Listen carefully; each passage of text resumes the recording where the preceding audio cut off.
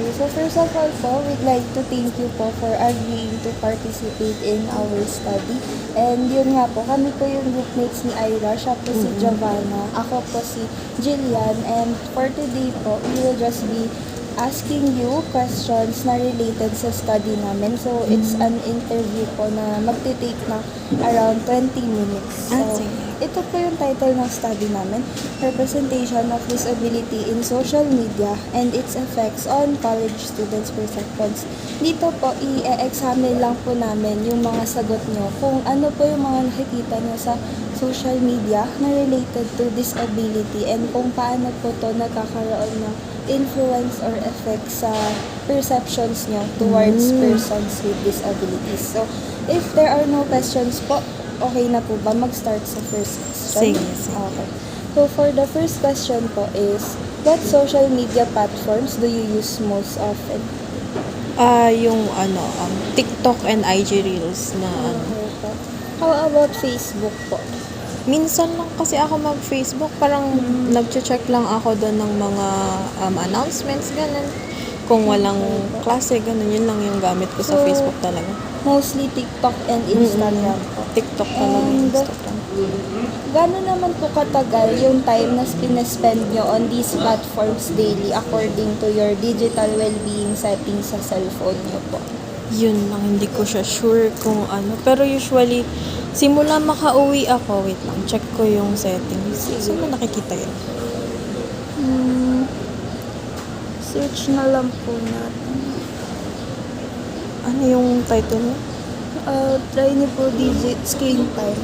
Screen time.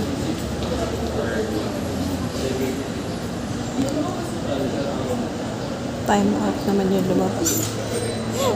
Okay lang po, ma-estimate Pero na usually, lang po. naman siya mga, kailan ba makakauwi? Pag 11 ako nakakauwi, start na yun. Parang 11 to hanggang mag-11, parang mga 12 hours, gano'n. Yung So, pinaka-maximum. 11 a.m. to 11 p.m. po. Mga ganun katagal.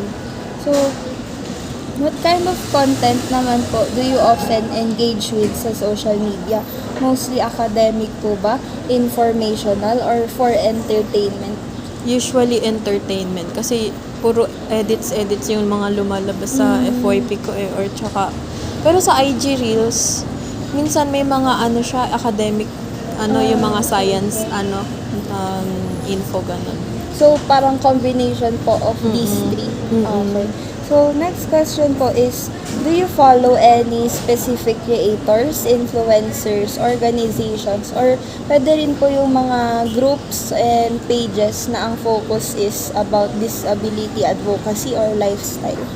Hindi ko totally fina-follow. Parang nagiging algorithm lang minsan. Tapos katulad ngayon, may lumalabas sa FYP ko na girl, tapos may stroke siya sa left side ng niya. Pero ang kasi, parang usually is nag-ano lang siya ng mga fun yung content na parang nakikipag-roast siya dun sa niya, sa kapatid niya, ganon. Or parang may mga trivia siya na sinasabi kung bawal siya magkaanak, ganon. Yun So, lang. paralyzed po yung buong left side ng katawan niya? Ang alam ko, yes. Kasi lang siya hindi siya nakakapagsalita. Tapos parang ngumanganga lang siya. Ganun siya. So, yung influencer po ba na yun, mga ilang taon po kaya siya?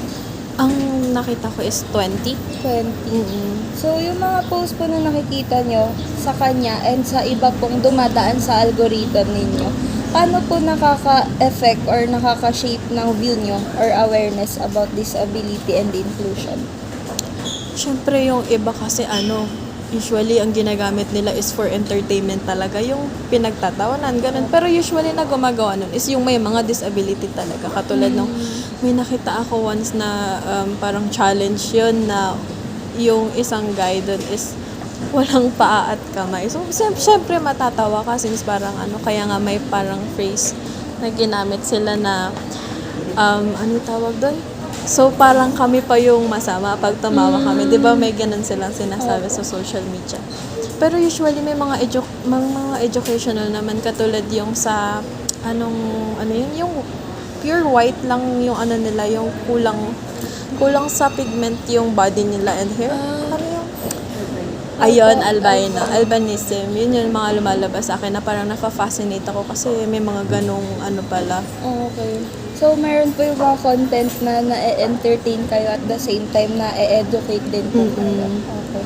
So, ano po, since na-mention niyo po na nakaka-encounter kayo ng content about disabilities, meron po ba kayong specific post, video, or story that you can remember? Wait lang. Meron ba?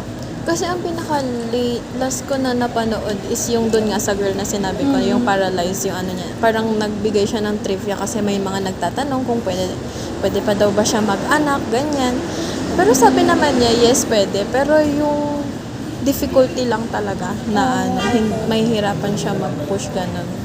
So, yung nag-stand out po sa inyo sa content na yun, yung message po pa or yung visuals, yung style or yung emotion or yung natutunan niyo po? Yung natutunan mismo kasi parang naging curious ka din kung pwede ba talaga sila mag-anak or what. Pero yung mga comments, nagsasabi din sila na parang post-stroke daw nila, nagkaroon sila and then kinaya naman kung gugustuhin. And parang hindi din daw magkakaroon ng ganun yung anak nila if ever na manganak siya ganun. Okay po. So, thank you po. Now naman po sa next question is, how are persons with disabilities usually portrayed in the social media content that you encounter po? Usually kasi parang puro kalokohan yung mga puro mga fun na yung matatawa ka talaga na parang ang sama-sama pag natawa ka na lang na mapapasorry Lord ka talaga dun sa mga content nila. So, ginagawa po ba yun ng ibang tao tungkol sa ibang tao na may disability, yung mga content na Hindi. yun? Usually yung mga may disability mismo, sila mismo yung nakikita ko na naggagawa ng fun na content na yun. So, marami na din pong content or content creators or influencers na may disability na ginagawang entertainment yung own disability nila.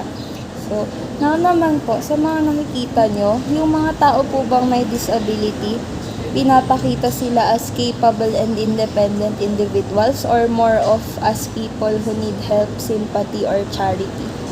More on independent sila eh. Meron akong nakita hindi ko sure if siya, parang gay ata siya or transgender, I'm not sure. Wala siyang paa and kamay. Tapos pinakita niya ko paano siya nagsha-shower. Like independently siya yung nagsha-shower sa sarili niya. Parang pinapakita niya kung paano talaga niya ginagawa in daily life niya, gano'n. So, kahit po may disability sila, kaya pa rin po nila yung sarili Kayang-kaya nila. nila yung sarili nila. Okay po. Now, since na-mention niyo po yung mga visible disability, yung next question naman po is, may na-encounter din po ba kayong post on invisible disabilities?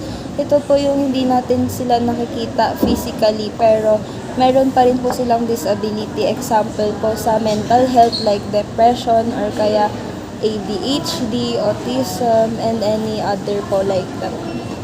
May mga nakikita ako, pero actually sa experience ko, kasi sa personal life yung mga kilala kong may disability talaga. So, mahirap kapag ganun since parang nagkakaroon ka agad talaga ng empathy pag nakikita mong may mga ganun. Since makikita mo yun sa mata nila eh. Lalo na pag mental, talaga.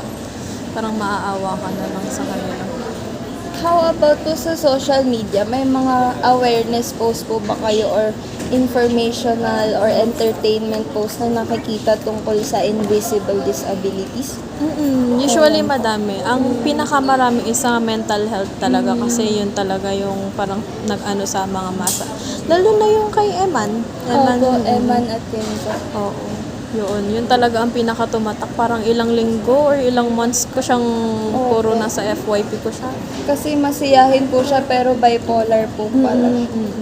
So, ano po yung nagiging effect sa inyo pag ang nakikita nyo na disability sa social media is visible compared to kapag invisible naman po? Parang wala naman. Pero kapag visible kasi, 'di ba, usually is parang yun nga katulad nung sa girl may stroke siya ganyan. Yung parang nagiging proud ka or parang natutuwa ka since nakikita mo na kahit ganun ay lumalaban sila ganyan. Pero yung sa mental health kasi parang magiging hopeless ka na lang kasi yun talaga yung isa sa pinakamahirap na kalaban na disability. So, kapag visible disability po, more of nai-inspire and amaze kayo. While sa invisible naman po, medyo may halong awa and hopelessness. Now naman po, sa nakikita niyo po, how are people with disabilities portrayed as members of society? Usually, kasi yung mga nakikita ko, ano sila, parang, usually independent sila, pero yung iba kasi parang nagiging dependent din sa ibang tao eh. Pero kapag yung sa mental, parang nagsha-shutdown lang sila, ganun. Yun lang yung napapansin ko. So, more of combination po ng empowerment and charity. Ganun po.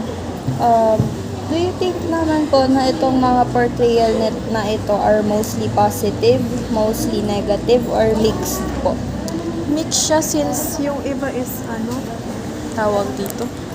Yung iba kasi is parang hindi siya maganda talagang panoorin, lalo na kapag parang hindi na nakakatuwa yung ginagawa nila, lalo na sa may disability ganun. Pero if sila naman yung gumagawa, parang ginusto na din naman nila yun sa sarili nila. So, may bibigay po ba kayong example na nakita niyo sa social media na nagkaroon ng positive portrayal sa inyo? Sino ba? Ang pinaka naano ko lang is yung kay Eman. Since parang yun yung nag-click na, ay, hindi naman kasi porket masaya ka, ganyan. Kasi diba siya portray as bubbly, ganon, maingay, masaya, gan. Hindi siya yung tipo ng tao na wala talagang problema kasi lahat naman tayo meron. Tapos yun, parang isang trigger mo lang, wala na lahat. Bigla siyang nawala. So, nagkaroon po kayo ng more awareness about mental health. How about naman po yung naging negative portrayal? Yun yung parang, syempre, before may parang ganun din ako. So, parang medyo na-trigger ako na ganyan, na paano kaya kapag mangyari man yun, or paano pag hindi ko din na-control, ganun. Parang mati-trigger ka talaga kasi parang ilang talaga na yun, puro yun yung lumalabas sa sa FYP ko. Tapos puro malulungkot pa since maiiyak ka talaga kahit hindi mo talaga siya kakilala ng So, nakaramdam po kayo ng pag-overthink. Now naman po, since na-mention niyo po kanina na meron po yung mga posts na inspirational, do you think po na most ng posts sa social media are inspirational in a way that feels authentic, or does it feel like inspiration porn? Ito po yung parang ginagamit yung disability for clout or for views. Ayun, yun yung parang inspirational porn. Kasi makikita mo talaga yung iba parang pinipeki na lang nila, or minsan parang nagsisik na lang sila ng attention kahit hindi naman talaga ganun. Tapos malalaman mo parang okay naman pala talaga sila dun sa mga previous nila. Pero yung iba inspirational naman since parang nakaka-eye-opening talaga sila sa mga ay ganun pala sila sa buhay nila, ganyan. Lalo na yung kila Kuya Kim ba yun, yung parang paano siya nag-cope sa sa pagkawalan ng daughter. So, ano po ba yung element sa isang post na napapaisip kayo na genuine or authentic yung post? And ano naman din po yung elements na napapaisip kayo na for views lang yung intention ng post na yun? Usually kasi tinitingnan ko yung emotions or parang binabasa ko yung emotions sa mukha ng isang tao. Tapos makikita mo din sa mata nila kung totoo ba yung sinasabi nila or parang something na for show lang talaga yung ginagawa nila. So, more of binabasa nyo po kung genuine yung emotions na pinapakita nila sa content nila, as well as yung message po nila. So, ano naman po yung messages na pinapahiwatig or sineshare ng mga posts na yun about persons with disabilities? Usually is nagbibigay sila ng inspiration sa mga tao na kahit ganto, ganyan, na kaya pa rin nila. Tapos meron pa yung parang magsasabi sila na kahit anong mangyari, parang lumaban ka, ganun. Kasi sila nga kinaya nila. Ikaw pa kaya na parang kompleto sa or parang walang gaanong, hindi naman sa walang gaanong pinagdadaanan. Lahat naman tayo meron. Pero yung parang kakayanin mo talaga kasi sila mas parang meron silang ano yung tawag doon? Meron silang Limitation. limitation na pwede sila maiisip nilang bumitaw ganun pero tayo kasi parang wala since kompleto nga tayo, di ba? So, more of ang focus ko na mga post nito is yung capability ng mga PWD. And at the same time po, na-empower sila. Okay. So, ito naman pong question is, when you see disability-related content online, what is your immediate gut reaction? Siyempre kapag nakakatawa naman, siyempre matatawa ka talaga. Pero minsan talaga pinipigilan ko since parang ang sama sa kalooban, natatawanan mo yung may disability. Pero kapag yung mismong may disability na yung gumagawa ng nakakatawa, siyempre matatawa ka na parang hindi ka na ma-offend na Pero pag iba yung gumawa, tapos dun sa may mismong disability ginawa, parang ma-hurt ka, magkakaroon ka ng empath na ba't kaya nila ginagawa yun for clout na or for content na para lang may mapatawa sila, gagawin nila yun sa tao, gano'n. Siyempre may feelings din naman. So, depende po yung reaction nyo sa kung anong intention ng post na yun. So, do you think po na ang social media nagpapakita ng wide variety of disability experiences or only certain or selected types? Ngayon kasi marami na talagang nagbibigay ng awareness ng magugulat ka na lang, may ganito palang sakit, may ganyan pala. Parang nagbibigay na sila ng trivia for eye-opening na din sa mga tao since usually yung ibang tao talaga hindi sila aware na may ganito ganyan na sakit. So parang nagbibigay din sila ng bagong knowledge sa mga tao na maging aware dun sa disability na yun. So, parang gradually po nagiging wide naman yung extent ng disability experiences. So, yung mga nakikita niyo pong post, mostly po ba siya about struggles, inspiration, achievements, or just everyday life? Usually is everyday life tsaka yung achievement. Since parang meron yung one time na naging disabled siya tapos from parang 1 to 2 years at yun, ang dami niyang ginawa, ang dami niyang pinagdaanan and then after nun parang nakabangon pa rin naman siya. So parang nakaka-inspire yung ganyan and nakaka-proud din sa para sa ibang tao. So, combination po ng inspirational achievements and everyday life. Pero sa algorithm niyo po, ano po yung mas marami? Inspirational stories po ba o yung normal daily life stories? Yung mga normal, yun yung mga Bakit po kaya sa tingin nyo, yun yung mas lumalabas sa algorithm nila?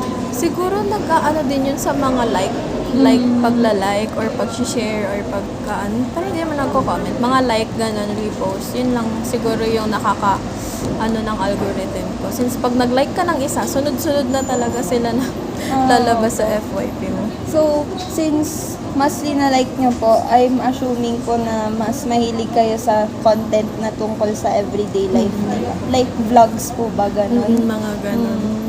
So, ano naman po yung, or if I may ask, have you noticed any post that shaped your perspective or made you reconsider something? Like, dati po, hindi ganito yung mindset nyo, pero dahil sa post na to, nabago kayo na ito na yung maging perspective nyo.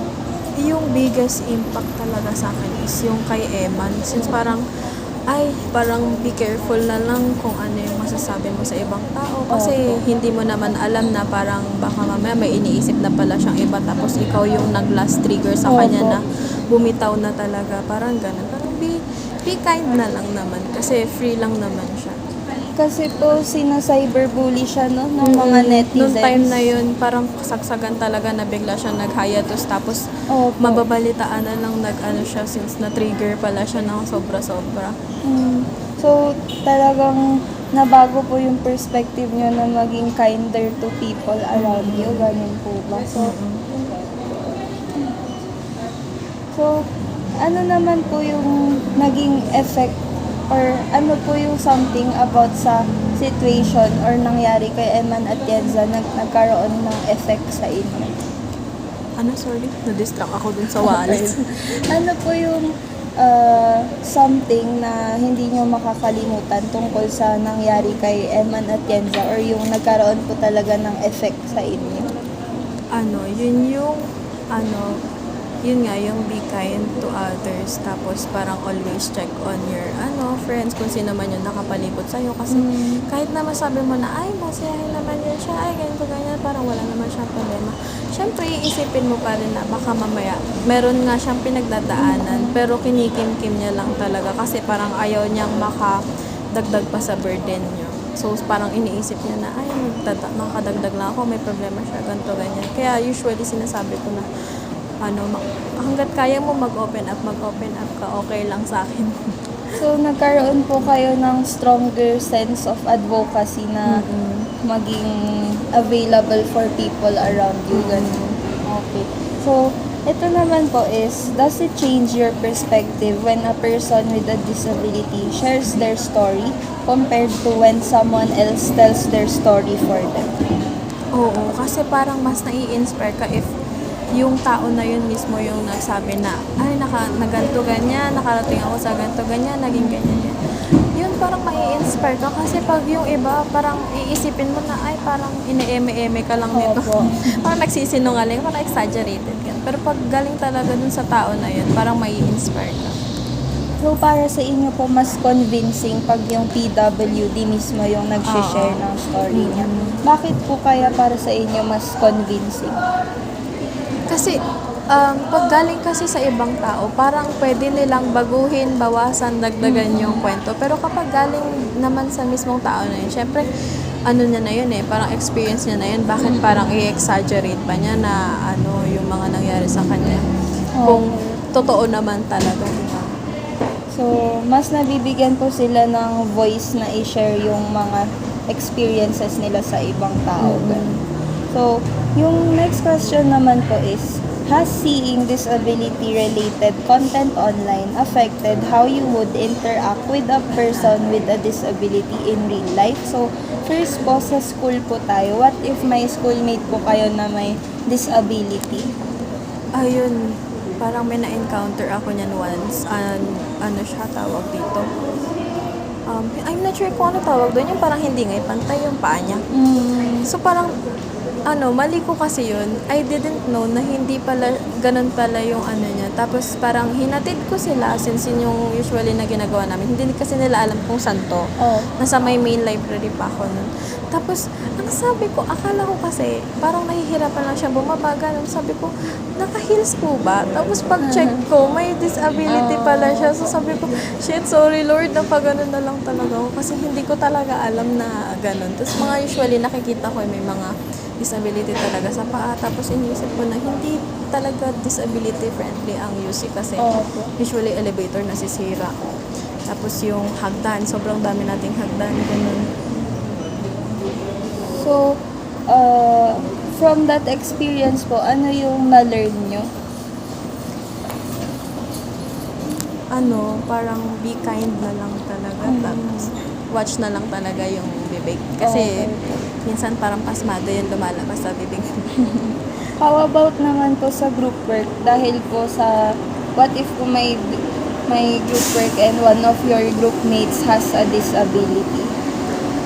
Maiintindihan ko naman if ganun. Since may parang nagsabi na din sa akin na parang may ganito, may parang nangyari sa kanya and parang need niya ng help, ganun. Tapos nagsusorry pa siya. Sabi ko, no need to say sorry. Kasi hindi mo naman talaga gusto na magkaganyan ka. So, we understand na lang talaga. And kaya naman namin siyang buhatin sa groupings. So, hindi ka na magre-reklamo. How about naman po pagdating sa friendships? Sa friendship, wala kasi akong friend. Ay, hindi. Meron akong friend dati. Pero mental health siya. As long as I can, nung I tried talaga nung way back 2022 kasi super trigger talaga niya na nagsiself-harm siya, ganyan. So parang nagstay up talaga ako na tatawagan siya, ganito, i-distract, ganyan. Tapos, pero in the end, nag-FO din kami nag-FO kami. Pero yun din sinabi niya na parang I was the one who saved her during 2022 kasi parang walang-wala talaga siya. So overall po, lahat po na natutunan nyo sa social media about disability, nakatulong po sa inyo sa real life. Okay. So last question po is tungkol sa digital interaction. Situational naman po siya na hypothetical. Kung sakali po may online comment section na nadidiscriminate ang isang PWD, would you be more likely to like, share, or defend that person online po because of what you've learned on social media? Probably if yung nakaka-offend na talaga, magko-comment ako or magda-defend ako dun sa comment section. Pero usually kasi, nagbabasa-basa lang ako and all. Kasi mahirap din talaga makipag-away sa social media since Opo. maraming mga isip bata dun. And usually nakatago lang sila sa dami accounts, gano'n. Opo. So parang useless yung time mo kung makikipag-argue ka sa ganong type ng tao. So, pag mas malala na po, saka po kayo mag-step in.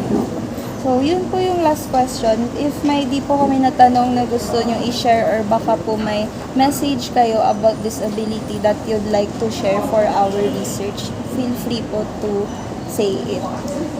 Ayun lang naman, parang paulit-ulit ko lang siyang sinasabi na be kind to others na lang talaga and watch what you were going to say kasi usually hindi talaga natin alam kung may pinagdadaanan yung tao and be mindful na lang talaga sa mga sasabihin mo sa kanya since baka mamaya may iniisip na siyang kung ano tapos matrigger mo. Opo. Parang mabigat yun sa loob if may mangyari man ganun. So yun lang.